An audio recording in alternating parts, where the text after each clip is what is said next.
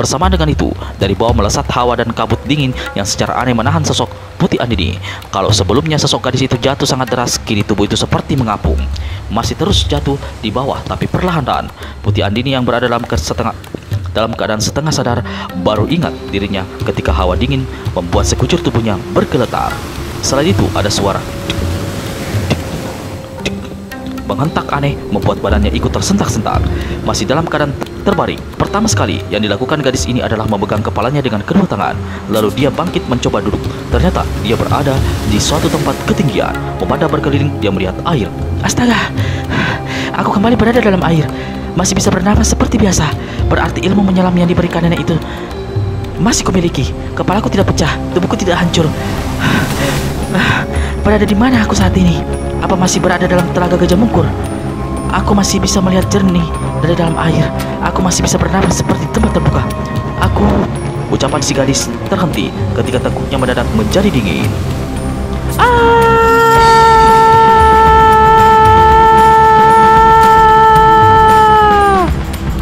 Di dalam air di sekelilingnya melayang belasan jerangkong. Manusia yang telah berubah menjadi tulang belulang ini sebagian dalam keadaan bersambung utuh. Namun, banyak di antaranya telah tercerai putus. Ada yang tinggal kaki atau tangannya, ada yang tinggal berkepala lagi. Tengkorak-tengkorak kepala manusia melayang-layang dalam air. Namun, yang paling mengerikan adalah dua mayat yang masih utuh, berada dalam keadaan kaku.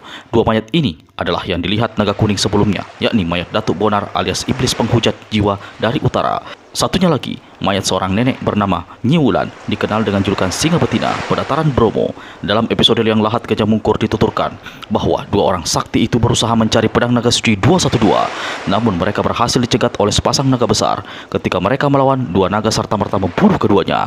Tak berani memperhatikan sosok mayat itu lebih lama, Putih Andini putar kepala ke jurusan lain. Dia melihat pasir putih menghampar di dasar air. Lalu ada suara berkepanjangan dan sesuatu yang membuat tubuhnya terlonjak-lonjak. Telapak tangannya meraba ke bawah, diusap-usapnya. Terasa sirip-sirip pelicin mengeluarkan hawa hangat. Gadis ini menoleh ke kiri lalu memandang ke bawah. Langsung saja jeritan keras hendak melesat dari mulutnya. Jantungnya seolah lepas dan nyawanya seperti melayang terbang. Betapa tidak, dia baru sadar kalau saat itu dia duduk di atas perut ular naga besar betina yang sebelumnya dilihat di liang akhirat. Binatang ini tergolek melingkar, ekornya di pasir, sedang kepalanya jauh di atas menyondak batu-batuan hitam runcing membentuk langit-langit aneh. Setiap bernafas, perut naga besar raksasa itu berguncang-guncang, membuat Putih Andini ikut terguncang-guncang. Lalu suara dek, dek, dek, tak berkeputusan, bukannya adalah degup jantung sang ular. Binatang aneh ini dalam keadaan tak bergerak, sepasang matanya terpejam. Putih Andini ingin segera melompat dari atas perut naga itu. Namun ada rasa khawatir kalau gerakannya akan membuat sang naga yang diperkirakannya tertidur itu menjadi terbangun. Celaka, apa yang harus aku lakukan? Cepat atau lambat, binatang aneh ini pasti akan bangun. Begitu dia melihatku, pasti diriku akan ditelannya bulat-bulat. Tua gila, menyesal aku menuruti perintahmu. Si gadis memandang ke samping kanan. Untuk kedua kalinya, dia hampir menjerit kalau dua tangannya tidak cepat dipergunakan untuk menutupi mulut. Hanya 10 langkah di sampingnya terpentang kepala naga jantan, mendekam di atas gulungan tubuhnya sendiri. Di dua matanya yang merah besar memandang menyorot, mulutnya terbuka lebar, memperlihatkan lidah bercabang serta gigi dan taring besar mengerikan. Hembusan nafas binatang ini membuat air bergejolak dan menyambar panas ke arah Putih Andini. Kepala naga jantan bergerak, sebagian tubuhnya menggeliat. Dari mulutnya, binatang ini menyambar desisan keras, membuat air bergelombang menghantam Putih Andini hingga gadis ini terpental dan jatuh di atas pasir putih. Gelombang air membuat naga betina terusik, membuka matanya sebentar lalu menggerakkan tubuhnya bagian bawah dan mengangkat ekornya. Ketika ekor itu diturunkan, tempat menindih tubuh Putih Andini. Ekor yang beratnya hampir 100 kat itu membuat si gadis tak bisa berkutik. Bagaimanapun dia berusaha melepaskan diri, tetap saja dia terjepit di antara pasir putih dan ekor naga betina. Celaka! Apa yang harus aku lakukan? Ekor naga betina itu makin lama makin berat. Putih Andini mulai megap-megap. Dia kumpulkan sisa-sisa tenaga yang masih ada. Di sebelah belakang, dua kakinya ditekankan ke pasir. Di depan, sepasang tangannya menggaruk pasir putih. Dia kerahkan tenaga agar bisa meloloskan tubuh dari himpitan ekor naga betina. Namun, sampai 10 jari tangannya menggali pasir sampai membentuk lubang, tetap saja gadis ini tak mampu lolos. Sementara itu, beberapa potongan tulang belulang manusia dan sebuah tengkorak melayang di sekitar kepalanya. Pedang naga suci 212. Aku bukan menemukan senjata sakti itu, tapi mencari mati sendiri. Seolah pasrah, Putih Andini akhirnya hanya gerakan gelekkan diri menelungkup di pasir. Saat itulah samar-samar dia melihat sebuah benda putih tersembul di antara pasir dalam lubang di sebelah kanan. Ketika disentuh dengan tangan, ternyata keras dan licin. Karena mengira hanya sebuah batu putih biasa, Putih Andini tak acuh. Dia kembali berbaring sambil terus mencari akal bagaimana dapat meloloskan diri. Kalau kukerahkan tenaga dalam, lalu ku menghantam dengan pukulan sakti, mungkin pukulanku tidak mempan, tidak terasa apa-apa. Tapi siapa tahu binatang ini terbangun, menggerakkan ekornya. Memikir begitu, Putih Andini segera alirkan tenaga dalam ke tangan kanan. Tapi selintas pikiran lain muncul dalam benak gadis ini. Kalau ular besar ini tersentak kaget dan bangun, tapi lantas menjadi marah dan menyerang diriku. Tamatlah riwayatku. Putih Andini batalkan niatnya untuk menyerang naga betina. Kembali dia berbaring tak bergerak. Dua matanya lagi-lagi membentur batu putih di dalam lubang. Kalau ku ambil batu itu, lalu ku lemparkan ke dalam tubuh naga yang menhampitku, akibatnya mungkin tak sehebat jika aku menghantam dengan pukulan sakti. Paling tidak, aku harus melakukan sesuatu. Kalau tidak melakukan apa-apa, cepat atau lambat akan menemui ajal di bawah tindihan binatang raksasa ini. Putih Andini ulurkan tangannya. Ternyata tidak mudah mengambil batu dalam lubang itu. Batu itu seolah bersatu dengan pasir putih di sekitarnya yang telah membeku. Putih Andini berhenti menggali ketika dirasakannya. Tiba-tiba ada hawa sangat dingin keluar dari dalam lubang. Ada yang aneh, membatin si gadis. Lalu dia kembali meneruskan menggali. Mendadak naga jantan yang sejak tadi memperhatikannya dari kejauhan menyorotkan pandangan puas.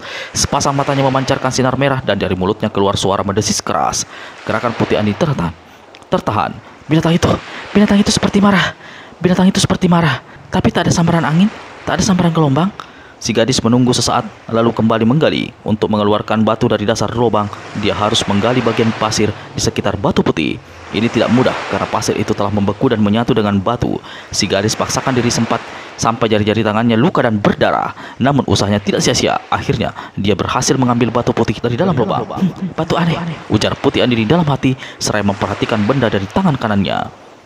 Dia coba membersihkan sisa-sisa pasir yang masih melekat pada batu putih itu. Batu apa ini?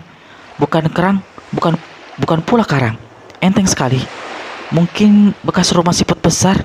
Dua sisi rata, sisi lainnya membulat membentuk lingkaran. Ada hawa dingin keluar dari batu, menjalar masuk ke dalam tanganku. Putih Andini terus saja membersihkan batu putih yang besarnya hampir 2 kepalan itu. Tiba-tiba, naga jantan yang sejak tadi memperhatikan gerak-geriknya, Putih Andini menggerakkan tubuhnya. Mulutnya yang besar membuka lebar, lidahnya menjulur panjang. Di kejauhan, Putih Andini mendengarkan suara seperti rolongan anjing bersaut-sautan di malam buta, membuat si gadis tercekat kecut. Lalu saat itulah naga jantan mendesis keras, gulungan tubuhnya terbuka, kepalanya naik ke atas lalu menyambar ke arah Putih Andini. Ketika naga jantan mendesis keras, hawa sangat dingin disertai gelombang air yang dahsyat menghantam ke arah Putih Andini.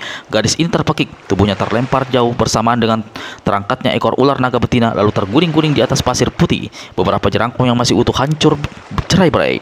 Batu putih yang tadi dipegangnya terlepas. Sesaat batu itu merampung mengambang dalam air. Naga jantan merunduk, kepalanya menyambar ke arah batu putih. Mulutnya dibuka lebar lalu menyedot keras. Batu putih yang melayang dalam air langsung tertarik ke dalam mulut naga itu. Namun terjadi satu hal tidak terduga. Naga betina yang sejak tadi seperti diam tak bergerak tersentak dari turunnya akibat dorongan gelombang air. Begitu dua matanya yang merah membuka, pandangannya langsung membentur batu putih yang melesat tersedot ke arah mulut naga jantan. Naga betina keluarkan suara menggerang dahsyat. Ekornya disentakkan ke atas. Laksana petir menyambar. Ekor itu menghujam ke arah kepala naga jantan. Putih Andini, walau dalam keadaan cedera akibat hantaman gelombang air tadi, masih sempat melihat apa yang terjadi dengan mata membelalak. Hantaman ekor naga betina menimbulkan gelombang air besar luar biasa, menderah ke arah naga jantan. Sesaat naga jantan terkesikap kaget lalu balas menghantam dengan satu semburan memancarkan sinar putih dari hidungnya. Tapi gerakannya terlambat karena gelombang air lebih dahulu menghantam kepala dan sebagian tubuhnya. Naga jantan terpental ke atas. Kepalanya membentur langit-langit berbatu runcing hingga hancur berkeping-keping. Tanpa pedulikan cedera di kepalanya, naga jantan menukik. Dengan nekat, binatang ini kembali hendak menyambar batu putih yang melayang jatuh ke dasar telaga. Namun lagi-lagi naga betina gerakan ekornya. Satu sinar hitam keluar dari ujung ekor lalu menyambar bergulung-gulung ke arah naga jantan yang diserang tidak tinggal diam, keluarkan suara mendengus. Dua larik sinar merah melesat dari sepasang matanya. Naga betina meraung aneh. Dari tanduk di kepalanya menyembur cairan hijau meredam dan memusnahkan serangan lawan. Naga jantan mengkirik kecut lalu meluncur mundur dan jatuhkan diri bergelung di pasir putih. Kepalanya masih terpentang tegak, namun sinar merah di kedua matanya telah meredup. Keanehan yang mengerikan dan memukau Putih Andini tidak hanya sampai di sana. Naga betina memutar kepala, memandang berkeliling. Begitu pandangannya membentur batu putih yang melayang jatuh hampir ke dasar telaga, naga betina segera menggambarnya dengan mulutnya, lalu langsung ditelan. Naga jantan yang menyaksikan kejadian itu menggeram. tapi tidak berbuat apa-apa. Batu putih itu. Kata Putih Andini dalam hati. Dua naga berkelahi memperebutkannya. Pasti benda itu. Si gadis tidak sempat melanjutkan ucapannya karena tiba-tiba naga betina meluncur ke arahnya. Binatang ini menurunkan kepalanya sedatar dasar telaga. Mulutnya terbuka lebar, lidahnya yang bercabang diulurkan panjang-panjang. Ya Tuhan! Putih Andini terpekik ketika binatang itu hanya tinggal 2 tombak di hadapannya. Gadis ini seolah baru menyadari kalau ular besar itu hendak menelannya hidup-hidup. Putih Andini cepat berenang menjauhi, tapi sang naga datang lebih cepat. Tak ada jalan lain. Tangan kanannya yang sudah dialiri tenaga dalam segera dipukulkan ke depan. Memang ada kekuatan sakti yang sanggup dilepaskan oleh cucu tua gila dan sabenan raja itu membuat air telaga menggelombang. Pasir putih bertaburan ke atas dan tulang belulang serta tengkorak manusia berpelantingan kian kemari, termasuk sosok kaku mayat Datuk Bonar dan Nyi Wulan. Namun ular naga betina sama sekali tidak bergeming. Malah sebaliknya, Putih Andini tersentak kaget ketika dia menyadari tangannya yang tadi memukul ke depan tak bisa ditarik lagi. Karena satu sedotan dahsyat membuat tangan itu terpentang lurus-lurus laksana kaku, dan bersamaan dengan itu tubuhnya ikut tertarik. Lalu melesat 2 benda aneh yang nyata adalah lidah ular naga betina yang bercabang 2. Ketika 2 belahan lidah hendak melibat tubuh Putih Andini, tiba-tiba di atas sana terdengar suara menggemuruh. Air benda meluncur jatuh. Air telaga tersibak laksana dibelah. Lalu satu dinding batu terbentuk setengah lingkaran dan tinggi belasan tombak menghujam ke dasar telaga. Air mencerat sampai ke langit-langit batu runcing. Pasir putih menggerubu menutupi pemandangan. Udara sangat dingin mencekam. Ketika air kembali tenang, pasir luruh ke dasar telaga dan pemandangan perlahan-lahan jernih. Terlihat tubuh Putih Andini melayang-layang dalam air, setengah sadar setengah pingsan. Dalam keadaan seperti itu, dia mendengar seseorang berteriak. Putih Andini, keluarkan ilmu silat payung 7. Andalkan ilmu meringankan tubuh. Kau bisa menyelamatkan diri dengan ilmu itu. Seperti sesentak, Putih Andini angkat kepalanya. Dia masih belum bisa melihat siapa yang berteriak, tapi dia kenali suara itu. Itu suara bocah berpakaian hitam yang menceburkan diri ke dalam liang lahat. Di mana dia? Apa maksudnya? Si gadis putar otaknya mencerna teriakan tadi. Anak itu benar. Aku bisa memainkan ilmu silat payung 7 tanpa payung. Tapi apakah aku bisa keluar dari telaga maut ini? Belum sempat dia berpikir lebih lama, tiba-tiba naga betina mendesis lalu tekikkan kepalanya ke bawah. Putih Andini segera kerahkan tenaga dalam dan ilmu meringankan diri. Tubuhnya melesat ke atas, kepala naga betina lewat di sampingnya. Mulut yang hendak menelannya menggembor marah. Putih Andini terpental 3 tombak. Gadis ini segera berjungkir balik lalu menghampiri kepala naga dari belakang. Secepat kilat, kaki kanannya ditendangkan ke tengkuk naga. Tapi dia mengeluh sendiri, kesakitan dan terpelanting karena tubuh naga itu ternyata licin. Sambil menggeram, naga betina mencambukkan ekornya. Putih Andini masih sempat mengelak. Bahkan kaki kirinya bisa menendang ke pelipis naga. Tapi lagi-lagi tak ada hasilnya. Karena kembali kakinya terasa sakit. Tubuhnya terjungkir. Naga betina kembali menyerbu. Si gadis memainkan jurus-jurus ilmu payung 7. Tubuhnya melesat kian kemari. Saat naga betina seolah tertegun memperhatikan. Tapi tiba-tiba binatang ini melesat ke atas sambil mengibaskan ekornya. Selagi Putih Andini terlempar oleh gelombang air telaga akibat hantaman ekor, di sebelah atas kepala naga betina melesat ke bawah. Kali ini si gadis tidak punya kesempatan lagi untuk selamatkan diri. Putih Andini, pukul tanduk kepala naga binatang itu. Kembali si gadis mendengar teriakan orang. Sang darah berpaling ke kiri. Dia melihat sosok naga kuning menempel di bagian bawah dinding batu setengah lingkaran dalam. Dalam kagetnya, gadis ini tidak punya kesempatan melakukan apa yang dikatakan si anak. Lidah bercabang naga betina melesat di depan melibat tubuh gadis itu. Lalu sekali lidah itu disentakkan ke belakang, maka ambal salah sosok tubuh Putih Andini lenyap ke dalam mulut naga. Naga jantan yang menyaksikan kejadian itu kembali menggeram dan angkat kepalanya sedikit, tapi seolah takut, tak berani melakukan apa-apa. Naga kuning pejamkan kedua matanya, tidak tega melihat Putih Andini ditelan hidup-hidup oleh naga betina itu. Hatinya geram dan sedih tak bisa menolong. Tubuhnya terpendam laksana di semen sama rata di bagian bawah dinding liang lahat.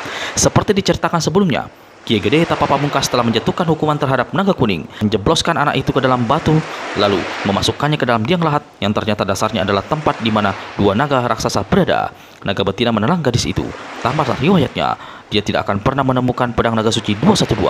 Pendekar 212 tidak akan pernah bisa disembuhkan. Rimba persilatan akan bencana besar. Naga betina menelan gadis itu. Tamatlah riwayatnya. Dia tak akan pernah menemukan pedang naga suci 212. Pendekar 212 tidak akan dapat disembuhkan. Rimba persilatan akan kejatuhan bencana besar. Naga kuning hendak doangkan kepalanya ke atas, tapi tidak bisa karena bagian belakang kepalanya menempel laksana di semen ke dinding batu liang lahat. Anak ini hanya bisa melirik ke atas dan menggumam jengkel. Ki Gede Tapa Pamungkas, jika memang itu maumu, maka apa yang kau inginkan sebagian telah menjadi kenyataan. Semoga kau merasa puas. Baru saja naga kuning mengeluarkan rasa kesalnya di dalam hati, tiba-tiba laksana dihantam Gempa yang datang dari dasar telaga tempat itu bergoncang keras. Dinding batu di mana naga kuning dipendam bergetar. Air telaga membentuk gelombang-gelombang besar di beberapa tempat. 2 ekor naga tegakkan kepala lalu keluarkan suara melolong aneh. Apa yang terjadi? Pikir naga kuning. Tempat ini seolah siap meledak, atau mungkin dunia sudah kiamat. Di atas sana, naga kuning melihat petir menyambar sampai 4 kali berturut-turut. Di atas sana, naga kuning melihat petir menyambar 4 kali berturut-turut. Itu pertanda Ki Gede Tapa Pamungkas tengah marah besar. Ujar naga kuning dalam hati. Lalu samar-samar, di sebelah atas dia melihat larikan-larikan air telaga berwarna kuning, hidungnya membawi sesuatu. Tak selang berapa lama, setelah dinding batu setengah lingkaran amblas ke dalam liang lahat, dan naga kuning yang dipendam menempel ke dinding itu ikut lenyap. Ki Gede Tapa Pamungkas masih tegak di atas makam besar. Orang tua yang sulit diduga berapa usianya ini dan disebut sebagai setengah manusia setengah roh tegak dengan mata terpejam. Kepalanya mendongak dan tangan direkapkan di dada. Mungkin aku salah berbuat, tapi bagaimanapun juga hukum harus ditegakkan. Mungkin hukum itu sendiri satu kekeliruan, tapi tidak berbuat sesuatu adalah lebih jahat dari mengaminkan kesalahan. Kata-kata itu muncul di lubuk hati sang kiai. Kemudian perlahan Ki Gede Tapa Pamungkas gerakkan kedua tangannya ke atas membuat sikap seperti orang memanjatkan doa. Bersama dengan itu sayup-sayup terdengar suara gaungan aneh. Makin lama makin keras. Kabut putih di liang makam tampak turun ke bawah. 2 kali secara aneh kilat menyambar keluar dari dalam liang makam. Lalu ada goncangan keras. Sosok tubuh Ki Gede Tapa Pamungkas ikut turun perlahan masuk ke dalam liang makam. Begitu kepalanya yang bersambut putih lenyap, maka didahului dengan suara menggemuruh, batu besar penutup liang makam yang berada di sebelah kanan bergeser ke kiri. Sekali lagi petir menyambar keluar, lalu makam itu pun tertutup. Kabut putih lenyap, suasana di liang akhirat sunyi senyap, benar-benar seperti di perkuburan. Namun hal itu tidak berlangsung lama. Sekonyong-konyong ada suara menggemuruh keluar dari perut bumi. Dasar telaga Gejeng Mungkur bergoyang keras. Liang akhirat bergetar hebat. Di luar sana air telaga membentuk gelombang-gelombang besar dan menghantam pintu serta dinding liang akhirat. Beberapa bagian dinding hitam tampak tertak dan air merambas masuk ke dalam ruangan. Makam batu putih di tengah ruangan bergoyang-goyang. Liang lahat yang ada di samping makam mengepulkan asap panas. Satu hal yang tak pernah terjadi sebelumnya, suara gemuruh menambah ngerinya suasana. Lalu dari celah-celah makam dan batu penutup membersit cahaya menyilaukan disertai suara menggeligar. Batu makam yang tadi tertutup bergerak ke kanan, lalu membuka disertai suara mengaung keras. Kilat menyambar dari liang makam disusul dengan kepulan asap putih. Lalu melesat sesosok tubuh yang bukan lain adalah sosok Ki Gede Tapa Pamungkas. Tidak seperti biasanya, wajah orang tua ini tampak sangat pucat. Sikapnya luar biasa gelisah. Sepasang matanya memandang seputar liang akhirat. Lalu dia mengerahkan kesaktian untuk menembus dinding dan pintu batu. Memandang ke seantero telaga Gajah Mungkur. Kepalanya seperti disentakkan sewaktu melihat ada bagian air telaga berwarna kuning di sekitar permukaan. Malapetaka besar menimpa telaga. Bahaya jatuh atas liang akhirat tadi lahat. Ada orang menebar air larangan. Siapa yang punya pekerjaan jahat ini? Sang kiai dongakkan kepala dan mencium udara di sekitar dalam-dalam. Jalan pernafasanku membawa sesuatu. Tak salah lagi, yang kucium adalah air larangan. Ki Gede Tapa Pamungkas kepalkan tangan kanannya, lalu dihantamkan ke atas. Terjadilah suatu hal yang aneh. Dari tinju kanan sang kiai melesat keluar cahaya terang benderang. Laksana kilat menyambar, cahaya tersebut menembus dinding liang akhirat tanpa merusaknya sama sekali. Sampai di luar, kilatan petir ini terus melesat menuju permukaan telaga Gajah Mungkur dan menghantam bagian tengah yang airnya berwarna kekuningan. Di atas sana air telaga muncrat sampai beberapa tombak. Salah satu bagian dari tanah tepian telaga laksana meledak, menghamburkan hancuran tanah, bebatuan dan pohon serta semak belukar. Manusia-manusia jahat, siapa kalian yang berani menebar air larangan di kawasan kediamanku? Ki Gede Tapa Pamungkas berseru. Dia jentikan tangan kirinya, terdengar suara berdesir. Pintu goa yang terbuat dari batu bergerak terbuka. Ki Gede langsung melesat keluar liang akhirat, terus berenang. Demikian cepatnya hingga kurang dari sekejapan mata dia sudah muncul di permukaan air telaga. Jika ada orang melihat sang kiai saat itu, maka dia akan merasa aneh. Walau barusan jelas keluar dari dalam air, namun tubuh dan pakaian serta selempang putih, rambut, janggut, dan kumisnya sama sekali tidak basah. Memandang sekeliling, dia tidak melihat seorang pun. Orang tua ini kertakan rahan. Aku belum melihat orangnya, tapi aku sudah bisa menduga. Ki Gede Tapa Pamungkas menyelam kembali. Dia berenang berputar-putar. Dia tidak mencari lama. Di kejauhan di arah timur, dia melihat gerakan-gerakan dalam air. Air telaga tampak berwarna kekuningan. Ada 2 orang di sebelah sana. Yang satu bisa kuterka. Sulit kuduga siapa orang kedua. Sang kiai lalu melesat cepat ke arah 2 orang yang berada di telaga sebelah timur itu. Melihat ada orang mendatangi, 2 orang yang berenang saling memberi isyarat. Lalu keduanya cepat melesat ke atas. Ki Gede Tapa Pamungkas segera mengejar. Ketika dia muncul di permukaan air, dua orang tadi dilihatnya tegak di tepi telaga Gajah Mungkur dalam keadaan basah kuyup. Dua-duanya menyerangi buruk. Walau jelas keduanya tampak menggigil kedinginan, Ki Gede Tapa Pamungkas melesat keluar dari dalam air telaga. Sesaat kemudian, orang tua ini sudah berdiri di hadapan dua orang itu. Orang tua ini mencium bau pesing yang sangat santar menebar dari sosok dua orang yang tegak di hadapannya. Cuping hidungnya sampai kembang kepis karena berusaha menahan nafas dan mengerik, menahan perutnya yang mendadak menjadi mual. Melihat keadaan Sang Kiai seperti itu, dua orang tadi tertawa cekikikan. Tapi salah seorang dari mereka, yakni nenek-nenek hitam kurus kering yang memegang sebuah tongkat yang memegang sebuah kendi tanah berwarna merah. Sehabis tertawa, cepat-cepat membungkuk memberi penghormatan. Sinto ini, aku sudah menduga kalau kau yang punya pekerjaan. Mengapa kau berlaku jahat terhadap aku, gurumu sendiri? Orang yang ditegur dengan nama Sintoweni itu bukan lain adalah nenek sakti dari puncak Gunung Gede, guru pendekar 212 yang lebih dikenal dengan sebutan Sinto Gendeng. Si nenek rapikan barisan 5 tusuk kondai yang menyancap di kulit kepalanya, lalu menjawab, Kiai, harap maafkan saya. Saya tidak bermaksud jahat. Di mata dan pikiranmu, apa yang kau lakukan tidak jahat. Tapi di mata orang lain, termasuk diriku, apa yang kau lakukan benar-benar satu kejahatan. Kau menebar air larangan yang menjadi pantangan besar bagi Telaga Gajah Mungkur. Kau mengacaukan dan merusak semua pekerjaan yang telah aku mulai sejak puluhan tahun lalu. Kiai, jangan kau bersalah duga. Saya... Sintoweni, sejak kau memiliki kapak naga geni 212 di puncak Gunung Gede puluhan tahun silam, sejak kau melarikan pedang naga suci 212, aku sudah tahu kalau kau adalah seorang yang berhati jahat dan culas, serakah dan juga kejam. Sinto Gendeng sampai tersurut mendengar lampratan Ki Gede Tapa Pamungkas itu. Dia pukul-pukul kepalanya sendiri lalu menjawab, Kiai, terserah kau mau mengatakan saya ini apa. Saya menerima pasrah. Saya kembali mencari obat untuk murid saya. Pendekar dosa yang terkena musibah. Aku sudah tahu musibah apa yang menimpa murid-murid. Aku juga tahu siapa dirinya adanya. Pemuda bernafsu kotor. Musibah yang menimpa dirinya sudah lebih dari pantas. Kiai, saya tahu siapa murid saya. Harap kau jangan menghina dirinya. Apapun perbuatannya, salah atau benar, akan menjadi tanggung jawab saya dunia akhirat. Ucapanmu hanya mengatakan sifatmu yang congkak. Tukas Ki Gede Tapa Pamungkas pula. Puluhan tahun aku menunggumu, berharap agar kau kembali menyerahkan kapak naga geni 212 yang kau ambil tempo hari, juga menyerahkan pedang naga suci 212 kepadaku. Sinto Gendeng jadi terkesiap mendengar ucapan Sang Kiai. Lalu dengan suara perlahan dia berkata, Saya tidak membawa kapak naga geni 212. Pedang 212 juga tidak ada pada saya. Kau pandai berbicara mencari dalih. Kiai, saya tidak berdalih. Kapak naga geni 212 tidak ada pada saya. Juga saat ini saya menyerap kabar senjata itu tidak berada di tangan murid saya. Pedang naga suci 212 secara kurang ajar memang saya ambil waktu puluhan tahun lalu di puncak Gunung Gede itu. Tapi saya punya alasan melarikan senjata mustika itu untuk menghindari dunia persilatan dari malapetaka besar. Karena kalau pedang mustika sakti itu waktu itu sampai jatuh ke tangan Sukatandika alias tua gila, pasti dia akan mempergunakan untuk masuk jahat. Lagi pula, saya melarikan pedang naga suci 212 bukan untuk dipakai sendiri, tapi saya sembunyikan di satu tempat di dasar Telaga Gajah Mungkur ini.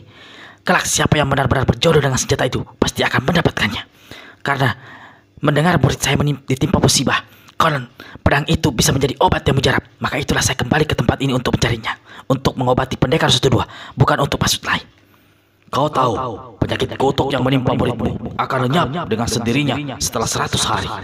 Mengapa bersusah payah mencari pedang naga suci 212 yang bukan milik-milik? Syukur Kiai telah mendengar dan mengetahui musibah yang menimpa muridku.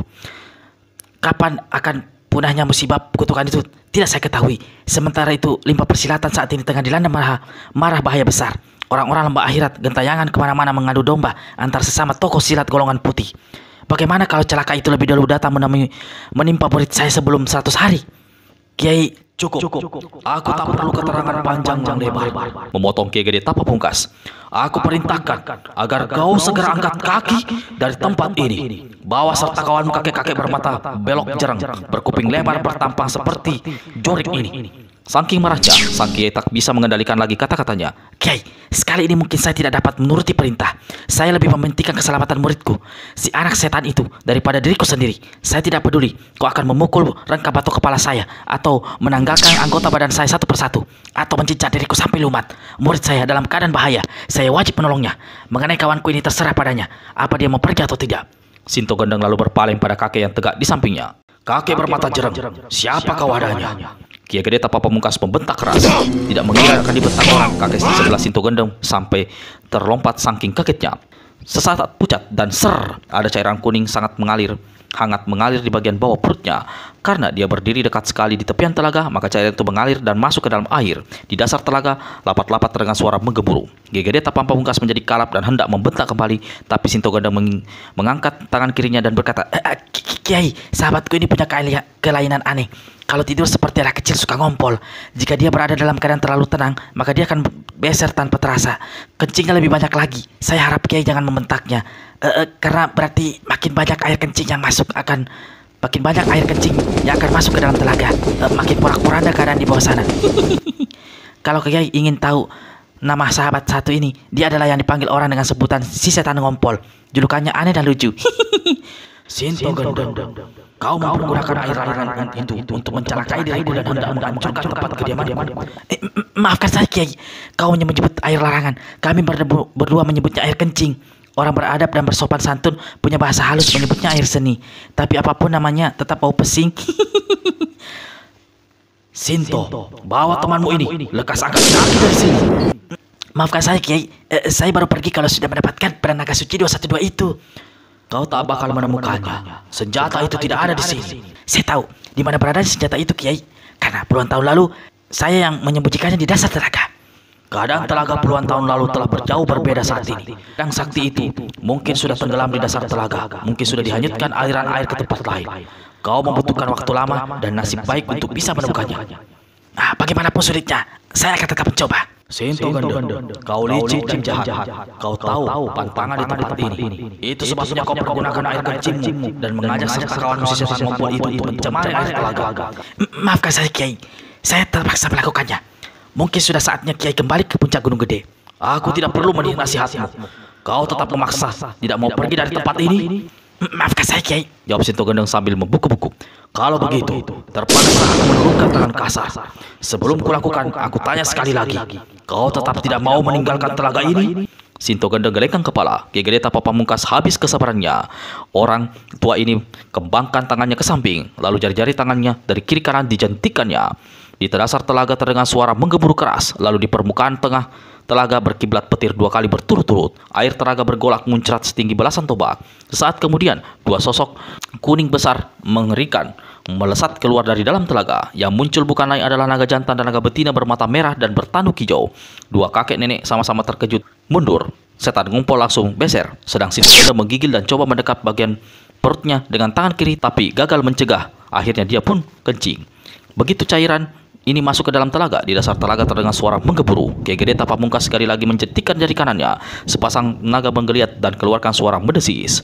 2 binatang ini siap menerkam ke arah 2 orang di pinggir telaga. Kiai, tahan! Sinto Gendeng berteriak seraya acungkan tangan kanannya yang memegang kendi tanah merah. Teriakan si nenek membuat kaget si setan ngompol hingga kembali si kakek bermata blok ini kucurkan air seni. Saya ikhlas dihukum menemui kematian di tengah tangan Kiai, tapi saya tidak ikhlas murid saya menemui ajal karena saya tidak melakukan apa-apa. Lihat Kiai, kendi ini penuh berisi air kencing saya dan air kencing si setan ngompol. 2 naga peliharaan Kiai mungkin bisa membunuh saya, tapi sebelum nyawa saya putus, saya masih punya kesempatan untuk melemparkan kendi ke dalam telaga. Akibatnya Kiai tahu sendiri. Kiai Gede Tapa tersurut 2 langkah begitu mengetahui bahwa isi kendi yang diaculkan muridnya itu adalah air kencing. Sedikit saja cairan itu masuk mengenai tubuh atau pakaiannya, maka dia akan mengalami cedera yang sulit dibayangkan. Selain itu, yang paling ditakutkan sang Kiai adalah dia tidak akan sanggup meneruskan keadaan dirinya seperti sekarang ini karena kesaktiannya akan menjadi lumpuh. Sinto ini, kau benar-benar murid kurang ajar, murtad. Teriak Kiai Gede Tapa Pamungkas dengan suara menggelegar. Aduh, aku ngompol lagi. Si setan ngompol tekap bagian bawah perutnya. Coba bertahan, tapi sia-sia saja. Kakek ini kembali terkencing di celana akibat kaget mendengar teriakan sang Kiai tadi. Walau darahnya mendidih dan ingin sekali menghajar Sinto Gendeng, namun Kiai Gede maklum, dia tak bisa berbuat apa-apa. Orang tua ini membatin. Heran, dari mana dia mengetahui pantangan air larangan itu? Siapa yang membocorkan rahasia? Bagaimana Kiai? Sinto Gendeng bertanya sambil menyeringai. Kiai Gede Tapa Pamungkas berusaha menindih amarahnya. Kedua matanya dipejamkan. Tangan kirinya berulang kali mengusap dadanya.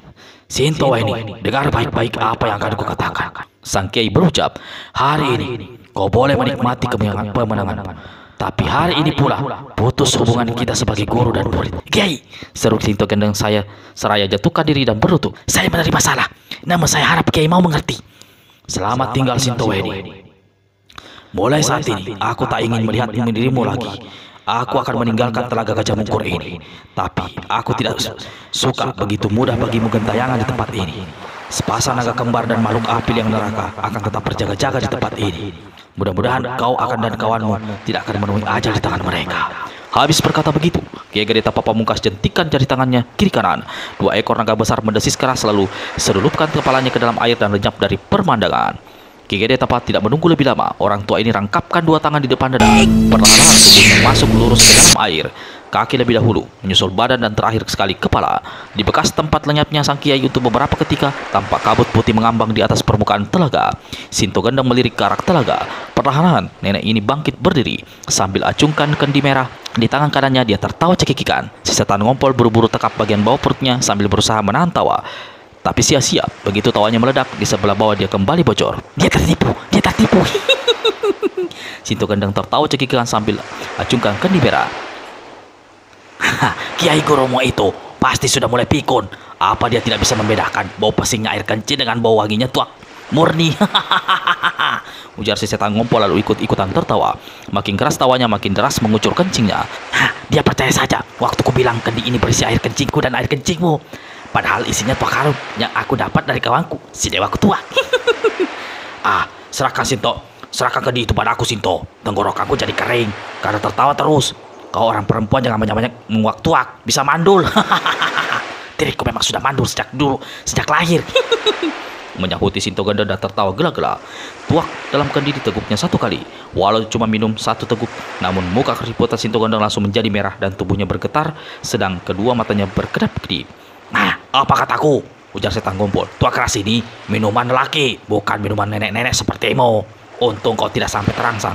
Bisa-bisa kau tarik ke balik pohon. Lekas serahkan kendi itu padaku. Aku perlu minum banyak nih, biar bisa ngompol banyak. Enak saja kau bicara, kata Sinto Gendeng merenggut. Kendi tanah merah diserahkannya pada si kakek. Minum sepuasmu. Selamat menenggak tuang wangi. Selamat ngompol. Si setan ngompol mengolokkan kepala lalu mengucurkan tuak dalam kendi ke mulutnya yang dibuka lebar-lebar. Sialan. Biar baru kuteguk sedikit sudah habis. Maki setan ngompol begitu tuak dalam kendi habis dan tak ada lagi yang mengucur dalam tenggorokannya. Bibir kendi dijelatinya. Belum puas-puas tanah itu pun diremasnya hingga hancur. Lalu kepingan-kepingan pecahan kendi yang masih dilekati sisa-sisa tuak itu dimasukkan ke dalam mulutnya, dikunyah seolah dia tengah merakan kerupuk. Sinto Gendeng tertawa mengekeh melihat perbuatan si setan ngompol itu. Lalu nenek sakti ini berseru. Kalian berempat yang bersembunyi, lekas unjukkan diri. Urusanku masih panjang, jangan membuat waktu. Dari balik sebuah batu besar yang dikelilingi semak belukar, terdengar kaleng rombeng berkerontang bising membuat telinga berdenyut sakit. Air di pinggiran telaga tampak beriak dan membentuk gelombang-gelombang kecil. Sesaat kemudian muncul seorang kakek berpakaian compan-camping penuh tambalan. Di pundaknya ada sebuah buntalan butut. Tangan kiri memegang tongkat, ujungnya patah. Tangan kanan memegang sebuah kaleng yang digoyang-goyangkan.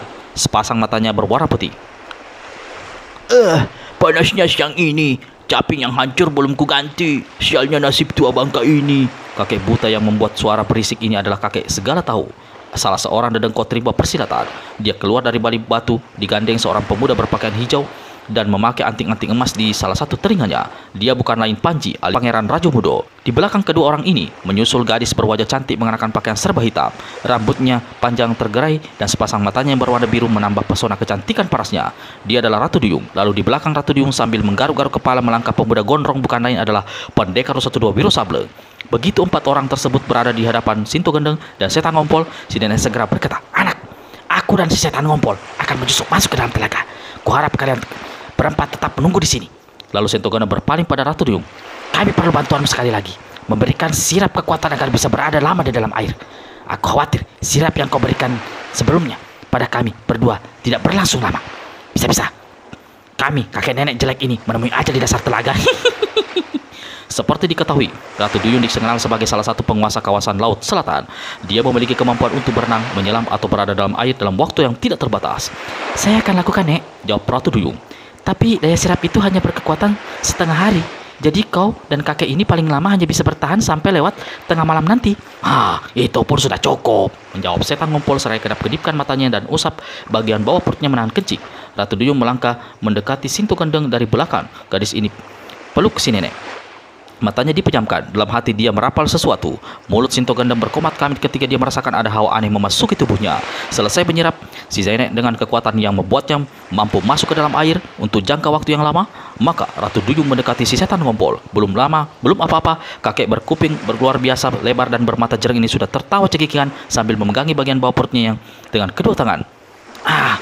Aku tak sanggup menahan kencing, katanya berulang kali. Begitu Ratu Duyung memeluknya dari belakang, kakek ini tertawa keras. Sekujur tubuhnya bergetar dan pakaiannya basah kuyup di sebelah bawah. Aku mencium bau pusing. Siapa yang beser? Kau Sinto? Bertanya kakek segala tahu, lalu goyangkan kalian robotnya 2 kali. Enak saja kau bicara. Bukan aku, tapi kakek jelek yang tubuhnya tak punya saringan lagi ini, jawab Sinto Gendeng merenggut. Sebelum pakaiannya ikut terciprah basah, Ratu Duyung sudahi pelukannya yang memberi sirap pada kekuatan setan ngompol. Tiba-tiba, pendekar 1-2 maju mendekati Ratu Duyung. Ratu, aku ingin menemani 2 orang tua ini ke dasar telaga. Harap kau suka memberikan ilmu kuat menyelam itu padaku. Anak setan, jangan kau kira aku tidak tahu apa maksudmu. Sinto Gendeng membentak. Sebenarnya kau cuma ingin dipeluk gadis cantik ini, bukan? Wiro garuk-garuk kepala. Maksudku bukan begitu, Nek. Kau dan kakek segala tahu serta pemuda satu di sini tetap berada di sini berjaga-jaga, berkata setan ngompol. Aku tak mungkin berlama-lama di sini. Aku perlu pergi ke satu tempat menemui seseorang, ujar kakek segala tahu. Tapi sebelum pergi, aku punya penglihatan. Ada baiknya kalian mengajak serta anak muda bernama Panji ini. Sinto Gendeng mengerling pada Wiro dan Ratu Duyung. Lalu, nenek ini mendekati kakek segala tahu dan menarik tangannya. Agar menjauh dari orang-orang itu, Sinto Gendeng berkata, apa maksudmu? Menyuruh pemuda itu ikut dengan kami? Agar muridku, anak setan itu bisa berdua-duaan dengan Ratu Duyung? Jangan-jangan kau punya rencana apa mengatur jodoh muridku? Apa kau tidak tahu kalau anak setan itu kuinginkan kawin dengan Anggini, murid Dewa Tuak? Kakek segala tahu tertawa lebar. Setelah kerontangan kalengnya, dia berkata, Aku bukan mak comblang, tukang menjodohkan orang. Soal jodoh ada di tangan yang kuasa. Mau muridmu kawin dengan Anggini, tapi apa mereka suka satu sama lain? Aku bilang aku hanya lihat sesuatu, tapi tak bisa mengatakan panjang lebar pada kalian. Aku cuma menyarankan agar kalian membawa serta pemuda itu. Sinto, sebaiknya turuti saja anjurannya. Mungkin kita memerlukan bantuan pemuda ini kelak. Jangan dengar kata-kata tua bangka itu. Dia merasa segala tahu. Ayo ikuti aku. Tapi mendadak Ratu Duyung melangkah ke belakang Panji dan memeluk pemuda ini, memberikan sirapan kekuatan dan masuk ke dalam air. Selagi menyirap, sang ratu berkata, aku tahu kau punya kekuatan alam untuk berenang dan menyelam lama dan jauh ke dalam laut. Tapi telaga Gajah Mungkur bukan telaga biasa. Terima kasih Ratu. Kau mau memberikan kekuatan hebat padaku, jawab Panji. Sebelumnya, aku memang telah masuk ke dalam telaga, tapi tak sanggup bertahan lama. Kakek segala tahu kembali kerontakan kalengnya, lalu berkata pada Sinto Gendeng, Sinto, aku siap pergi sekarang. Tapi jangan lupa pesanku tempo hari. Pada bulan purnama 14 hari nanti kita berkumpul lagi di tempat ini. Sinto Gendeng menggumam lalu ganggukan kepala. Apa kau tidak mengundang diriku? Serta si setan ngompol bertanya, orang sepertimu buat apa diundang? Hanya membuat buruk suasana. Tukang ngompol, membuat bau pusing menebar di mana-mana, jawab kakek segala tahu sambil tersenyum pertanda sebenarnya dia juga menginginkan orang tua ada itu ikut hadir pada malam yang ditentukan. Si setan ngompol tertawa gelak-gelak orang hingga kembali dia terkencing. Orang tidak mengundang, betapa jelek nasibku. Padahal malam bulan purnama justru kencingku banyak sekali. Kakek segala tahu usap-usap rambutnya yang putih. Kalian bertiga tunggu apa lagi? Ujar si kakek. Setelah mengguncang kaleng rombengnya 2 kali, maka dia pun berkelebat pergi. Sinto Gendeng sesaat tegak termangu. Dia melirik pada Ratu Duyung, lalu seolah tak peduli lagi, nenek satu ini melompat masuk ke dalam telaga. Si setan ngompol menyusul. Panji memandang dulu pada Wiro dan Ratu Duyung, baru ikut menceburkan diri ke dalam telaga Gajah Mungkur. Sebelum menunjukkan bagaimana kejadian Putih Andini ditelan naga betina raksasa, serta apa yang bakal dilakukan Sinto Gendeng bersama rombongannya di telaga Gajah Mungkur, kita kembali dulu ke lembah Merpati. Di atas sebuah pohon besar berdaun rindang, tampak menyelinap seorang nenek berambut putih digulung di atas kepala. Dia mengenakan sebuah mantel berwarna hitam. Sepasang matanya memandang tak berkedip ke arah lembah di mana itu ada seorang lelaki berusia sekitar 60 tahun yang duduk menjeplok di atas tumbukan tanah berumput. Dia seolah tak mempedulikan keadaan di lembah Merpati itu. Tidak peduli dengan burung-burung merpati yang berterbangan atau hinggap di sekitarnya. Seolah tidak mendengar suara binatang itu bersaut-sautan satu sama lain. Dia hanya melihat sesuatu kekosongan di kejauhan. Nenek di atas pohon yang bukan lain adalah Sabainan Ranca masih terus memperhatikan lelaki berambut putih itu. Dalam hati, si nenek muncul berbagai tanya dan duga. Hari perjanjian dengan pertemuan saat ini agaknya bakal tidak beres lagi. Tempat ini telah kedaulan didatangin orang. Siapa adanya kakek berambut putih itu? Wajahnya sayu, sikapnya acuh. Aku melihat dia beberapa kali mengusap matanya yang cekung. Dia seperti menangis. Kurasa bukan satu kebetulan dia berada di tempat ini. Mungkin ini termasuk apa yang diatur oleh orang bercadar kuning itu.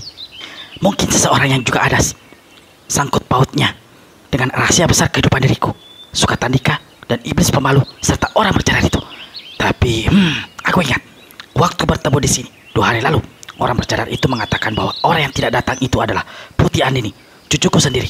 Sabainan Ranca terus perhatikan lelaki di lembah. Pakaian hijau berenda benang emas yang dikenakan orang itu. Aku pernah melihat orang lain mengenakan pakaian serupa itu. Aku tidak bisa mengingat. Otakku penuh dibuncah oleh berbagai persoalan gila. Apalagi baru saja aku menyerap kabar bahwa Sultan Alam Raja di langit lenyap dari Gunung Singgala. Dikabarkan dia tengah menyeberang ke tanah Jawa ini. Gerangan apa yang membuatnya datang ke sini? Tentu ada satu perkara besar. Jangan-jangan dia pergi ke... makin buncah kepalaku. Akhir lembah itu, siapa dia adalah? Daripada merusak rencana pertemuan dengan iblis pemalu dan orang bercadar, lebih baik orang ini aku usir lebih dahulu. Memikir sampai di situ, Sabainan Ranca segera melayang turun dari atas pohon dan tegak 3 langkah tepat di hadapan orang tua berambut putih. Walau ada orang yang muncul sangat tiba-tiba, apalagi melayang turun dari atas pohon membuat burung-burung merpati berterbangan, tapi lelaki berpakaian bagus hijau yang duduk menceplok di tanah tidak terkejut atau bergerak sedikit pun. Sepasang matanya memandang kosong ke arah kejauhan, seolah menembus sosok tubuh Sabainan Ranca yang berdiri di hadapannya. Dari matanya yang cekung mengelinding, tetesan air mata ke pipinya yang pucat. Aku yakin orang ini tidak buta dan juga tidak tuli. Adalah aneh, dia menganggap seolah aku tidak ada di hadapannya. Sabainan Ranca merasa heran, walau dalam hati juga merasa geram. Rambut putih berpakaian hijau, siapa kau? Ada keperluan apa berada di lembah merpati ini? Sabainan Ranca membentak dengan suara keras dan garang. Hardikannya ini membuat puluhan ekor burung merpati yang ada di sekitar situ melompat terkejut lalu terbang ke udara. Tapi anehnya, orang yang duduk di atas gundukan tanah berumput tetap saja tidak bergerak, tidak berkedip, apalagi membuka mulut memberikan jawaban. Putuslah kesabaran Sabainan Ranca. Nenek ini angkat kaki kanannya, siap untuk menendang. Yang diarahkan adalah ke pinggang orang yang berpakaian hijau. Tapi setengah jalan tendangan melesat. Tiba-tiba orang yang duduk di tanah itu angkat tangan kirinya. Satu gelombang angin bergetar di udara membuat kaki kanan Sabainan Ranca seolah ditahan satu benda yang sangat lembut, tapi memiliki kekuatan dahsyat hingga tendangannya tak bisa diteruskan. Perlahan kaki terdorong dan kembali ke tempat semula, tegak mendampingi kaki kiri. Kini terbelalaklah Sabainan Ranca. Bersama dengan rasa terkejutnya, maka kucirikannya bertambah besar. Astaga! Orang ini memiliki ilmu kapas putih, kekuatan yang sanggup meredam kekerasan secara lembut tanpa mencederai lawan. Dia dari golongan putih, tapi jelas dia punya maksud dan tujuan tertentu berada di lembah ini. Di hadapan orang itu tiba-tiba memasukkan di hadapannya orang itu tiba-tiba memasukkan tangan kanannya ke balik pakaian hijaunya yang gombrong. Ternyata dari balik pakaian hijaunya itu dia mengeluarkan sebuah tempat sirih terbuat dari emas yang memantulkan cahaya berkilau-kilau terkena sinar matahari pagi. Dia memiliki tempat sirih terbuat dari emas. Jangan-jangan orang ini seorang hartawan kaya raya atau bangsawan terkemuka. Mungkin pula seorang temenggung. Tapi mengapa tampak pandir-pandir saja dan seperti kurang ingatan? Kembali Sabainan Ranca membatin. Di dalam tempat sirih itu terdapat 7 helai daun sirih yang masih segar, sejumput tembakau yang menebar bau harum, segumpal kapur putih serta 2 bongkah pinang. Dengan tenang orang ini mengambil 2 lembar sirih, menjumpul secuil tembakau, memecah pinang, dan mengambil secuil kapur lalu mulai meramu sirih. Semua itu dilakukannya dengan kepala yang diarahkan ke depan. Sepasang mata tetap memandang kosong dari jauh. Sambil meramu sirih, orang ini berkata dengan suara perlahan tapi sangat jelas sampainya ke telinga Sabainan Ranca. Hidup penuh teka-teki. Sengaja aku meninggalkan pulau, melangkah segala pantangan dan larangan, hanya untuk mencari anak yang pergi. Entah masih hidup, entah sudah mati. Kalau sudah mati, di mana kuburnya? Kalau masih hidup, di mana tersesatnya? Orang itu hentikan ucapannya. Daun sirih dilipatnya 2 kali berturut-turut. Kening keriput Sabainan Ranca tampak tambah keriput. Mendadak saja dadanya berdebar dan hatinya penuh dengan segala tanya. Orang tadi kenal? Pulau apa yang kau tinggalkan? Pantangan apa dari larangan yang kau langgar? Siapa anak yang kau cari? Harap kau suka menjawab pertanyaanku. Kalau tidak menjawab, terpaksa aku mengusir dari tempat ini saat ini juga. Kalau tidak mau pergi, aku tidak ragu menurunkan tangan keras. Jangan mengira ilmu kapas putih yang kau miliki bisa kau andalkan terlalu banyak. Aku tahu kelemahan ilmu itu. Orang duduk menjemplok di tanah membuat lipatan terakhir pada daun sirih yang diramunya. Selesai merambut sirih, tempat sirih yang terbuat dari emas itu dimasukkannya kembali ke dalam pakaian hijaunya yang gombrong. Semula, Sabai mengira orang ini akan segera menyusupkan sirih ke dalam mulut. Tapi sirih yang dilipat itu disisipkannya ke atas daun telinga sebelah kiri. Orang gila macam apa pula manusia satu itu? Meramu sirih tapi hanya diselipkan di atas kuping. Membatin Sabai dan Raja. Lalu dia membentak. Kau belum menjawab pertanyaanku. Orang bertanya, pantas aku menjawab. Karena setiap pertanyaan mustahil tidak ada jawabannya. Pulauku adalah Pulau Sipatoka. Pulau yang sudah dilupakan orang. Dilupakan karena tak ada yang mau mengingat. Pantang dan larangan yang kulanggar adalah pantang dan larangan seorang pimpinan meninggalkan pulau dan rakyat. Anak yang kucari adalah sang putra mahkota, disebut dengan nama Datuk Pangeran Rajo Budo. Pergi menurut kehendak sendiri, terbujuk oleh dorongan darah muda. Padahal dunia penuh tantangan dan petaka. Padahal ilmu hanya panjang sedepah. Sepasang mata Sabai dan Raja mendadak membesar dan memancarkan sinar aneh. Mulutnya terkancing rapat, tapi gemuruh di dadanya bertambah keras. Hatinya kembali berkata, Cara bicara orang ini hampir sama dengan orang yang bercara kuning itu. Mungkin sekali ada hubungan antara mereka satu sama lain. Aku tak pernah mendengar ada pulau bernama Sipatoka, apalagi kerajaan Sipatoka. Dulu memang ada bekas seorang bernama Datuk Sipatoka, tapi sudah lama mati. Dia mengaku mencari anaknya, putra mahkota. Apakah dia ini seorang raja? orang yang tegak di depanku, melihat sikap dan cara bicaramu, mendengar tutur ucapanmu serta melihat air mukamu, kau pastilah orang pandai bijaksana. Luas pengalaman dan pengetahuan. Apakah kau bisa menolong diriku? Mungkin kau pernah mendengar nama anakku. Mungkin juga kau tahu di mana dia berada. Sabai dan Raja menggereng pengelahan. Aku tak pernah mendengar nama putramu itu. Aku juga tidak tahu di mana dia berada. Ah sayang, sungguh sayang. Mungkin jiwanya sudah melayang. Mungkin aku akan pulang berhampa tangan. Tapi rasanya lebih baik ikut mati daripada pulang sendirian. Orang itu menghela nafas dalam beberapa kali, sementara air mata makin banyak jatuh ke pipinya. Kau sudah memberikan keterangan. Tapi satu hal belum kau katakan. Siapa namamu? Bertanya Sabai dan Raja. Aku Raja Tua, penguasa kerajaan Sipatoka. Hanya itu yang bisa kuberitahu padamu. Baik, aku tidak memaksa. Kalau kau tidak mau bicara, harap kau suka meninggalkan lembah Merpati. Dan jangan berani mendekati tempat ini lagi. Silakan pergi. Begini rupanya nasib diri. Belum dapat apa yang dicari, sudah disuruh pergi. Tapi aku tidak akan meninggalkan lembah Merpati. Agar kau senang, aku hanya beranjak sedikit saja dari sini. Habis berkata begitu, lelaki berambut putih berpakaian hijau bagus itu perlahan-lahan berdiri dan dia melangkah ke arah pohon di mana tadi Sabai dan Raja berada. Sesaat dia dongakkan kepala memandang ke atas. Dua kakinya kemudian digesek-gesekkannya secara aneh ke tanah. Dari mulutnya melesat suara siutan nyaring. Saat itu juga tubuhnya melesat ke udara dan sesaat kemudian dia sudah tegak di cabang pohon. Sabai dan Raja yang memperhatikan apa yang dilakukan orang ini dalam herannya kembali membati. Tadi waktu dia mengeluarkan ilmu kapas putih, menahan tedakanku, dia sama sekali bukan mengandalkan tenaga dalam. Barusan, waktu melesat ke atas pohon, dia juga tidak mengandalkan tenaga dalam atau ilmu meringankan tubuh. Orang ini memiliki ilmu aneh. Ada satu kekuatan gaib dalam dirinya. Sabai memandang berkeliling sebentar. Heran, mengapa iblis pemalu dan orang percaya itu masih belum datang? Lalu kembali dia memandang ke atas pohon. Orang di atas pohon. Karena pohon ini masih dalam kawasan lembah Merpati dan aku tak suka kau berada di lembah. Maka harap kau segera turun dan pergi dari sini. Sabai dan Raja berteriak. Mendengar teriakan si nenek, orang di atas pohon gesek-gesekkan telapak kakinya yang tidak berkasut ke cabang pohon.